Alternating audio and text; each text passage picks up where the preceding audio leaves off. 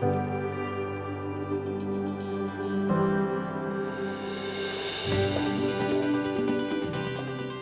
Friends, നമ്മളിന്ന് discuss ചെയ്യുന്ന topic photo electric effect എന്നുള്ളതാണ്. Dual nature of matter and radiation എന്ന് പറയുന്ന ചാപ്റ്ററിൽ വരുന്ന ഒരു ടോപ്പിക്കാണ് ഫോട്ടോ ഇലക്ട്രിക് എഫക്റ്റ്. ഈ പേര് സജസ്റ്റ് ചെയ്യുന്ന പോലെ തന്നെ ഇതിൽ നമുക്ക് കാണാം ഫോട്ടോ ഇലക്ട്രിക് എഫക്റ്റ്. എങ്ങനെയാണ് ഇതിൻ്റെ പേര്? Photo means something related to light, electric means ഇലക്ട്രോണുമായിട്ടൊക്കെ റിലേറ്റ് ചെയ്ത ഒരു വേർഡാണ് ഇലക്ട്രിക്. അപ്പോൾ ഫോട്ടോ ഇലക്ട്രിക് എഫക്റ്റ് എന്നുള്ള പേരിൽ തന്നെ ഉണ്ട് അതെന്താണെന്ന്. അപ്പം ഞാൻ ആദ്യമേ തന്നെ സിമ്പിളായിട്ട് ഫോട്ടോ ഇലക്ട്രിക് എഫക്റ്റ് എന്താണെന്ന് പറയാം. ഒരു മെറ്റൽ സർഫസിൽ ഇനഫ് എനർജി ഉള്ള ഒരു ലൈറ്റ് വീണ് കഴിഞ്ഞാൽ ആ മെറ്റൽ സർഫസിൽ നിന്നും ഇലക്ട്രോൺസ് എമിറ്റ് ചെയ്യും. ഇതിനെയാണ്, ഈ ഒരു പ്രോസസ്സിനെയാണ് ഫോട്ടോ ഇലക്ട്രിക് എഫക്റ്റ് എന്ന് പറയുന്നത്. അപ്പോൾ ഈ ഫോട്ടോ ഇലക്ട്രിക് എഫക്റ്റ് എക്സ്പ്ലെയിൻ ചെയ്യണമെങ്കിൽ അതിൻ്റെ ബേസ് എന്താണെന്ന് വെച്ചാൽ ലൈറ്റ് എന്ന് പറയുന്നത് അതിന് ഒരു പാർട്ടിക്കിൾ നേച്ചർ ആണ് ഉള്ളത് എന്നുള്ള ഒരു കൺസെപ്റ്റിൽ നിന്ന് മാത്രമേ നമുക്ക് ഫോട്ടോ ഇലക്ട്രിക് എഫക്റ്റ് എക്സ്പ്ലെയിൻ ചെയ്യാനായിട്ട് പറ്റുള്ളൂ. ഈ ഫോട്ടോ ഇലക്ട്രിക് എഫക്റ്റ് ആദ്യമായി ഒബ്സർവ് ചെയ്തത് ഹെർട്സ് എന്ന് പറയുന്ന സയൻറ്റിസ്റ്റ് ആണ്. അദ്ദേഹം ഒരു മാക്സ്വെല്ലിൻ്റെ wave theory, electromagnetic wave theory study ചെയ്തുകൊണ്ടിരുന്നപ്പോൾ അദ്ദേഹത്തിന് യാദൃശ്ചികമായിട്ട് ഒബ്സർവ് ചെയ്ത ഒരു ഫിനോമിനൻ ആണ് ഈ ഫോട്ടോ ഇലക്ട്രിക് എഫക്റ്റ്. അദ്ദേഹം ഒബ്സർവ് ചെയ്തത് ഇതാണ്: സിങ്ക് എന്ന് പറയുന്ന ഒരു മെറ്റൽ UV റേഡിയേഷൻസ് ആയിട്ട് ഇൻട്രാക്ട് ചെയ്ത് കഴിഞ്ഞപ്പോൾ സിങ്കിന് ഒരു പോസിറ്റീവ് ചാർജ് ഉണ്ടാവുന്നതായിട്ട് കണ്ടു. അപ്പോൾ അദ്ദേഹം അതിൽ നിന്ന് കൺക്ലൂഡ് ചെയ്തു, സിങ്കിന് അങ്ങനെ ഒരു പോസിറ്റീവ് ചാർജ് ഉണ്ടാവണമെങ്കിൽ സിങ്കിൽ നിന്നും എന്തോ നെഗറ്റീവ് ആയിട്ടുള്ളത് നഷ്ടപ്പെട്ടിട്ടുണ്ട്. അപ്പോൾ അന്ന് ഇലക്ട്രോൺ എന്താണെന്ന് കണ്ടുപിടിച്ചിട്ടില്ലായിരുന്നു.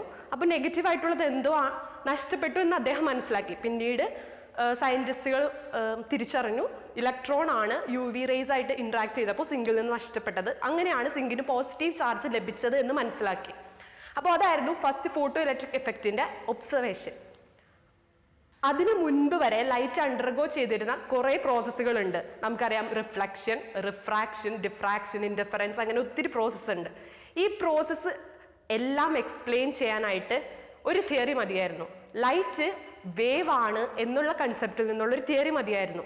പക്ഷേ ഈ ഒരു എഫക്റ്റ് വന്നപ്പോൾ നമുക്ക് ലൈറ്റിൻ്റെ വേവ് തിയറി വെച്ചിട്ട് ഫോട്ടോ ഇലക്ട്രിക് എഫക്റ്റിനെ എക്സ്പ്ലെയിൻ ചെയ്യാൻ പറ്റാതെ വന്നു. അപ്പോൾ ഫോട്ടോ ഇലക്ട്രിക് എഫക്റ്റ് സ്റ്റഡി ചെയ്ത ഒരു സെറ്റപ്പാണ് ഈ കാണിച്ചിരിക്കുന്നത്. ഈ സെറ്റപ്പ് ഞാൻ ഇന്ന് ആദ്യം എക്സ്പ്ലെയിൻ ചെയ്യാം. ഇതൊരു വാക്വം ട്യൂബാണ്. ഈ വാക്വം ട്യൂബിൻ്റെ അകത്ത് നമ്മൾ 2 പ്ലേറ്റ്സ് വെച്ചിട്ടുണ്ട്. ഒന്ന് എമിറ്റർ പ്ലേറ്റ്, മറ്റേത് കളക്ടർ പ്ലേറ്റ്. ഇവിടെ എന്താ സംഭവിക്കണേന്ന് വെച്ചാൽ, ഞാൻ പറഞ്ഞു ഫോട്ടോ ഇലക്ട്രിക് എഫക്റ്റ് എന്ന് പറഞ്ഞാൽ ലൈറ്റ് വീഴുമ്പോൾ ഇലക്ട്രോൺസ് എമിറ്റ് ചെയ്യുന്നതാണ്. ഇവിടെ നമ്മൾ ഇനഫ് എനർജി ഉള്ള, ആ വേർഡ് സ്പെസിഫിക് ആയിട്ട് പറയുന്നത് എന്താണെന്ന് എടുത്ത് പറയാം. പിന്നെ ഇനഫ് എനർജി ഉള്ള ലൈറ്റ് എമിറ്ററിൽ വീണ് കഴിഞ്ഞാൽ അതിൽ നിന്നും ഇലക്ട്രോൺസ് എമിറ്റ് ചെയ്യും. ആ ഇലക്ട്രോൺസ് കളക്ടറിലേക്ക് അവിടെ ചെന്ന് പതിക്കും. അപ്പോൾ കളക്ടറിൽ ഒരു കറന്റ് ഫോം ചെയ്യും. അത് സെൻസ് ചെയ്യാനായിട്ട് നമ്മളിവിടെ ഒരു അമ്മീറ്റർ കണക്ട് ചെയ്തിട്ടുണ്ട്, ഒരു എക്സ്റ്റേണൽ ബാറ്ററിയും കണക്ട് ചെയ്തിട്ടുണ്ട്. അപ്പോൾ ഈ എക്സ്പീരിമെന്റ് സെറ്റപ്പ് നമ്മൾ ഫോട്ടോ ഇലക്ട്രിക് എഫക്റ്റ് സ്റ്റഡി ചെയ്യാൻ വേണ്ടിയിട്ടാണ് ഇങ്ങനെ ഒരു എക്സ്പീരിമെൻ്റൽ സെറ്റപ്പ് ചെയ്തത്. അപ്പോൾ ആ ഒരു സെറ്റപ്പ് ഇപ്പോൾ നമ്മളൊരു എക്സ്പീരിമെൻ്റ് എപ്പോൾ ചെയ്യുമ്പോഴും അതിന് മുൻപ് നമുക്കൊരു പ്രഡിക്ഷൻ ഉണ്ടാവും. നമ്മുടെ തിയറി അനുസരിച്ച് ഇങ്ങനെയൊക്കെ ആയിരിക്കണം ഈ എക്സ്പീരിമെൻറ്റിൽ നിന്ന് നമുക്ക് കിട്ടേണ്ട റിസൾട്ട് എന്നൊരു കൺസെപ്റ്റ് നമുക്കുണ്ടാവും. അപ്പോൾ നമുക്ക് ഈ ഒരു എഫക്റ്റിന് മുൻപ് അറിയാവുന്നത് ലൈറ്റ് ഒരു വേവ് ആണ് എന്നുള്ളതാണ്. ലൈറ്റ് പാർട്ടിക്കിൾ ആണ് എന്ന് ആദ്യം ഒരു കൺസെപ്റ്റ് ഉണ്ടായിരുന്നെങ്കിലും അത് വൈഡ്ലി ആക്സെപ്റ്റഡ് ആയിരുന്നില്ല. അപ്പോൾ വേവ് നേച്ചർ ആണ് കംപ്ലീറ്റ് പ്രോസസ്സും ലൈറ്റിനെ എക്സ്പ്ലെയിൻ ചെയ്യാനായിട്ട് ഉപയോഗിച്ചിരുന്നത്. അപ്പോൾ സ്വാഭാവികമായും നമ്മൾ ഈ ഒരു എഫക്റ്റും അത് വെച്ച് എക്സ്പ്ലെയിൻ ചെയ്യാൻ കഴിയും. ഇതിൻ്റെ ഔട്ട്കമും അത് വെച്ച് അത് വെച്ച് നമുക്ക് കിട്ടുന്നതായിരിക്കുമെന്ന് നമ്മളൊരു അസംഷൻ ആദ്യമേ തന്നെ ഉണ്ടാവും. അപ്പോൾ ഉണ്ടായിരുന്ന അസംഷൻ ഇതാണ്: നമ്മൾ ഈ കൊടുക്കുന്ന ലൈറ്റിൻ്റെ ഇന്റൻസിറ്റി നമ്മൾ ഐന്ന് റെപ്രസെന്റ് ചെയ്ത ഇന്റൻസിറ്റി എന്ന് പറഞ്ഞത് ഇവിടുത്തെ ഇലക്ട്രോൺസ് എമിറ്റ് ചെയ്യുന്നതും തമ്മിൽ ഡയറക്റ്റ്ലി ഒരു റിലേഷൻ ഉണ്ട് എന്നുള്ളതാണ്. അങ്ങനെ പറയാൻ കാരണം എന്താണെന്ന് വെച്ചാൽ ലൈറ്റിൻ്റെ ഇൻറ്റൻസിറ്റി എന്ന് പറഞ്ഞാൽ വേവ് തിയറി അനുസരിച്ച് ലൈറ്റിൻ്റെ ഇൻറ്റൻസിറ്റി ആണ് എനർജിയും ഇൻറ്റൻസിറ്റിയും ഡയറക്ട്ലി പ്രൊപ്പോർഷണൽ ആണ് വേവ് തിയറി ഓഫ് ലൈറ്റിൽ. അപ്പോൾ ഇതിൽ നമ്മൾ എക്സ്പെക്ട് ചെയ്യും ഇവിടുത്തെ ലൈറ്റിന്റെ ഇന്റൻസിറ്റി കൂട്ടിക്കഴിഞ്ഞാൽ, അതായത് തീവ്രത കൂട്ടിക്കഴിഞ്ഞാൽ ഇവിടെ നിന്ന് ഇലക്ട്രോൺസ് എമിറ്റ് ചെയ്യുന്നത് തമ്മിൽ ഒരു റിലേഷൻ ഉണ്ടെന്ന്. അപ്പോൾ നമ്മൾ ഈ എക്സ്പീരിമെന്റ് നടത്തി കഴിഞ്ഞപ്പോൾ എന്താ സംഭവിച്ചതെന്നാണ് ഇനി പറയാൻ പോകുന്നത്. അപ്പോൾ ഈ എക്സ്പീരിമെന്റ് നടത്തിയപ്പോൾ നമ്മൾ ഒത്തിരി പാരാമീറ്റേഴ്സ് ഉണ്ട്, ഇന്റൻസിറ്റി ഉണ്ട്, ഫ്രീക്വൻസി ഉണ്ട്, പൊട്ടൻഷ്യൽ ഉണ്ട്, അങ്ങനെ എല്ലാ പാരാമീറ്റേഴ്സും നമ്മൾ വേരി ചെയ്ത് നോക്കി. അപ്പോൾ ആദ്യം ഇന്റൻസിറ്റി വേരി ചെയ്ത് നോക്കി, ലൈറ്റിന്റെ ഇന്റൻസിറ്റി കൂട്ടി കുറച്ചു അങ്ങനെയൊക്കെ നോക്കി. എന്നിട്ട് ഇവിടെ ഉണ്ടാകുന്ന കറന്റ്, ഈ കറന്റിനെ നമ്മൾ ഫോട്ടോ കറന്റ് എന്നാണ് വിളിക്കുക. കാരണം ഇലക്ട്രോൺസ് ഇവിടെ വന്ന് ഇമിറ്റ് ചെയ്യുന്നത് ലൈറ്റ് കാരണമാണ്, അതുകൊണ്ടാണ് നമ്മൾ ഫോട്ടോ കറന്റ് എന്ന് വിളിക്കുക. അപ്പോൾ ഈ ഫോട്ടോ കറന്റ് അതിന് ഇന്റൻസിറ്റി മാറുമ്പോൾ എങ്ങനെ വേരി ചെയ്തു എന്ന് നോക്കി. അപ്പോൾ നമുക്ക് കിട്ടി വേവ് തിയറി അനുസരിച്ച് ഇന്റൻസിറ്റി കൂടിയ ഫോട്ടോ കറന്റ് കൂടണം. ആ ഒരു അസംപ്ഷൻ നമുക്ക് ട്രൂ ആണെന്ന് കിട്ടി. ഇവിടെ നമ്മൾ ഇന്റൻസിറ്റി കൂട്ടിക്കഴിഞ്ഞപ്പോൾ ഇവിടെ ഫോട്ടോ കറന്റും കൂടി. പക്ഷെ പിന്നെ ഒരു പ്രശ്നം വന്നത് ഇതാണ്, വേവ് തിയറി അനുസരിച്ച് എനർജിക്കും ഫ്രീക്വൻസിക്കും തമ്മിൽ യാതൊരു ബന്ധവുമില്ല. അങ്ങനെയായിരുന്നു കൺസെപ്റ്റ്. അപ്പോൾ ഫ്രീക്വൻസി മാറ്റുമ്പോൾ ഇവിടെ ഒന്നും സംഭവിക്കരുത്, അങ്ങനെയാണ്. അപ്പോൾ നമ്മൾ ഫ്രീക്വൻസി ചേഞ്ച് ചെയ്തു വേറൊരു അടുത്ത ഒരു അനാലിസിസ് നടത്താൻ വേണ്ടി ഫ്രീക്വൻസി ചെയ്ത് നോക്കി. അങ്ങനെ ചെയ്ത് നോക്കിയപ്പോൾ കണ്ടത് ഇതാണ്, നമ്മൾ ഒരു പെർട്ടിക്കുലർ ഇൻറ്റൻസിറ്റി കൊടുത്തു, ഒരു പെർട്ടിക്കുലർ ഫ്രീക്വൻസി കൊടുത്തു, ഇലക്ട്രോൺസ് എമിറ്റ് ചെയ്യുന്നുണ്ട് നോർമൽ പോലെ. നമ്മൾ കുറച്ച് വന്നുകൊണ്ടിരുന്നു. ഒരു സ്പെസിഫിക് ഫ്രീക്വൻസിയിൽ താഴെ ഫ്രീക്വൻസി കൊടുത്തു കഴിഞ്ഞപ്പോൾ ഫോട്ടോ ഇലക്ട്രോൺസ് ഒന്നും എമിറ്റ് ചെയ്യാതെ, അതായത് എമ്മീറ്റർ ഫോട്ടോ കറന്റ് 0 റീഡ് ചെയ്തു. അങ്ങനെ ഒരു ഒബ്സർവേഷൻ തീരെ എക്സ്പെക്റ്റഡ് ആയിരുന്നില്ല. അപ്പോൾ ഇന്റൻസിറ്റി, അപ്പോൾ നമ്മളോർത്തു ചിലപ്പോൾ ലൈറ്റിന്റെ ഇന്റൻസിറ്റി കുറഞ്ഞത് കൊണ്ടായിരിക്കാം അങ്ങനെ സംഭവിച്ചത്.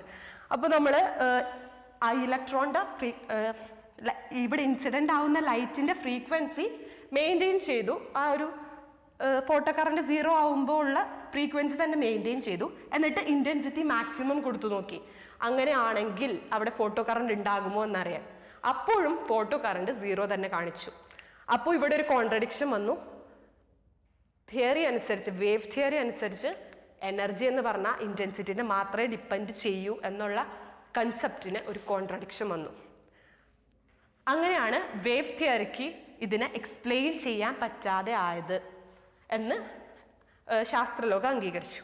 അപ്പോൾ ഇത് എക്സ്പ്ലെയിൻ ചെയ്യാനായിട്ട് നമുക്ക് വേറൊരു തിയറി വേണം. അതിനാണ് ഐൻസ്റ്റീൻ ലൈറ്റ് ഒരു പാർട്ടിക്കിൾ പോലെ ബിഹേവ് ചെയ്യും എന്ന് പറഞ്ഞിരുന്നത്.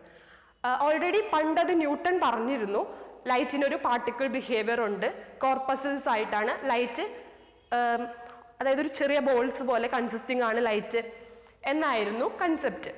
പക്ഷെ പിന്നീട് ആ ഒരു കൺസെപ്റ്റിന് എല്ലാ ഫിനോമിനാസും എക്സ്പ്ലെയിൻ ചെയ്യാൻ പറ്റാത്തത് കൊണ്ട് അതിനെ സബ്സ്റ്റിറ്റ്യൂട്ട് പോലെ അതിനെ മാറ്റി നിർത്തി വേവ് തിയറിയാണ് വൈഡ്ലി ആക്സെപ്റ്റഡ് ആയത്. അപ്പോൾ പിന്നീട് ഈ ഒരു എക്സ്പീരിമെന്റ് എക്സ്പ്ലെയിൻ ചെയ്യാനായിട്ട് കഴിയാതെ വന്നപ്പോൾ ഐൻസ്റ്റീൻ ലൈറ്റിന്റെ ക്വാണ്ടം നേച്ചറിനെ കുറിച്ച് പറഞ്ഞു. അദ്ദേഹം പറഞ്ഞത് ഇതാണ്, ലൈറ്റ് എന്ന് പറയുന്നത് ലൈറ്റ് ക്വാണ്ടാസ്, അല്ലെങ്കിൽ അദ്ദേഹം അതിനെ വിളിച്ചത് ലൈറ്റ് പാർട്ടിക്കിൾസിനെ അദ്ദേഹം വിളിച്ചത് ഫോട്ടോൺ എന്നാണ്. ലൈറ്റ് ഫോട്ടോൺ എന്ന് പറയുന്ന പാർട്ടിക്കിളൊക്കെ ആയിട്ട് കൺസിസ്റ്റിംഗ് ആണ്.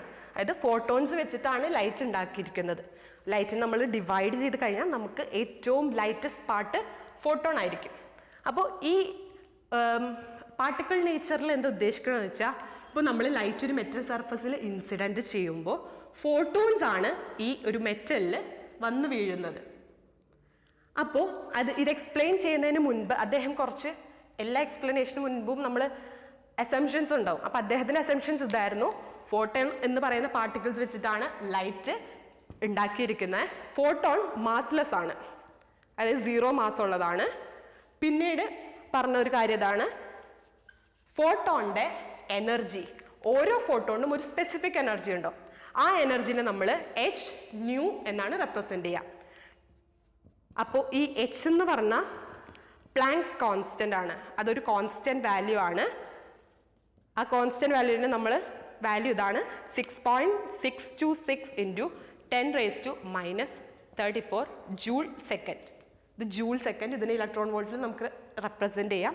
ആ വാല്യൂവിനെ ഇങ്ങനെ പറയാം 4.1 ഇൻറ്റു 10⁻⁻15 ഇലക്ട്രോൺ വോൾട്ട് സെക്കൻഡ്.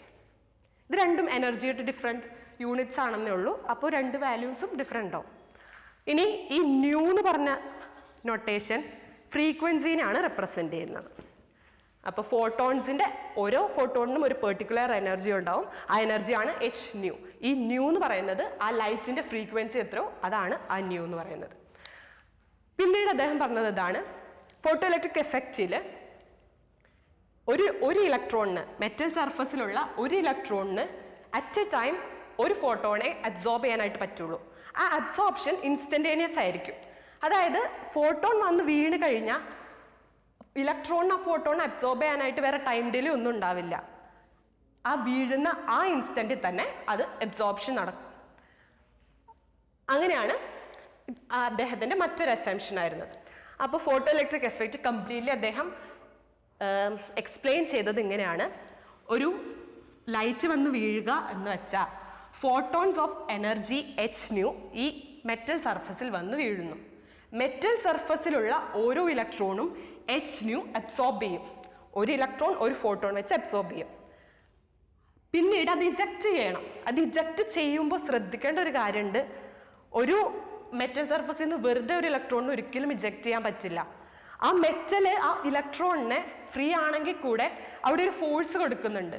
അപ്പം ഈ മെറ്റലിൻ്റെ ഫോഴ്സിനെ ഓവർകം ചെയ്യാൻ പറ്റുന്ന രീതിയിൽ ഉള്ള എനർജി ആയിരിക്കണം ഈ ഫോട്ടോണിന് ഉണ്ടാവേണ്ടത്.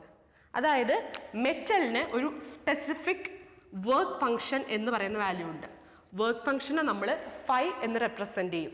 വർക്ക് ഫംഗ്ഷൻ എന്ന് പറഞ്ഞാൽ ബേസിക്കലി എനർജിയാണ്. അതായത് ഈ വർക്ക് ഫംഗ്ഷൻ നമ്മൾ ഡിഫൈൻ ചെയ്യുന്നത് എങ്ങനെയാണ്, ഓരോ മെറ്റലിലും ഒരു സ്പെസിഫിക് ഫോഴ്സിൽ ഇലക്ട്രോൺസ് ഇജക്റ്റ് ചെയ്യും. അപ്പോൾ ഒരു പെർട്ടിക്കുലർ എമൗണ്ട് ഓഫ് എനർജി കൊടുക്കാതെ അതിൽ നിന്ന് ഇലക്ട്രോൺസ് പുറത്ത് വരില്ല. അപ്പോൾ അറ്റ്ലീസ്റ്റ് 1 ഇലക്ട്രോൺ എങ്കിലും പുറത്ത് വരണമെങ്കിൽ നമ്മൾ കൊടുക്കേണ്ട മിനിമം എനർജിയാണ് വർക്ക് ഫംഗ്ഷൻ. അത് ഓരോ മെറ്റലിനും ഓരോന്നായിരിക്കും. ഓക്കെ, അപ്പോൾ നമ്മൾ എക്സ്പ്ലനേഷൻ ഇങ്ങനെയാണ്. ഫോട്ടോൺ വന്ന് വീഴുന്നു. എച്ച് ന്യൂ എനർജിയുള്ള ഫോട്ടോൺ ഇലക്ട്രോൺസ് അബ്സോർബ് ചെയ്യുന്നു. ഈ എച്ച് ന്യൂ എന്ന് പറയുന്നത് വർക്ക് ഫംഗ്ഷന് ഈക്വലോ അല്ലെങ്കിൽ വർക്ക് ഫംഗ്ഷനെ എക്സീഡ് ചെയ്യുന്നതോ ആണെങ്കിൽ ഈ എമിറ്ററിലെ മെറ്റൽ സർഫസിൽ നിന്നും ഇലക്ട്രോൺസ് എമിറ്റ് ചെയ്യുന്നു. അങ്ങനെ ഈ ഇലക്ട്രോൺസ് കളക്ടറിലേക്ക് പോകുന്നു. പിന്നീട് ഇവിടെ ഒരു ഫോട്ടോ കറന്റ് കാണിക്കുന്നു. അങ്ങനെയാണ് പ്രോസസ്സിനെ എക്സ്പ്ലെയിൻ ചെയ്തത്.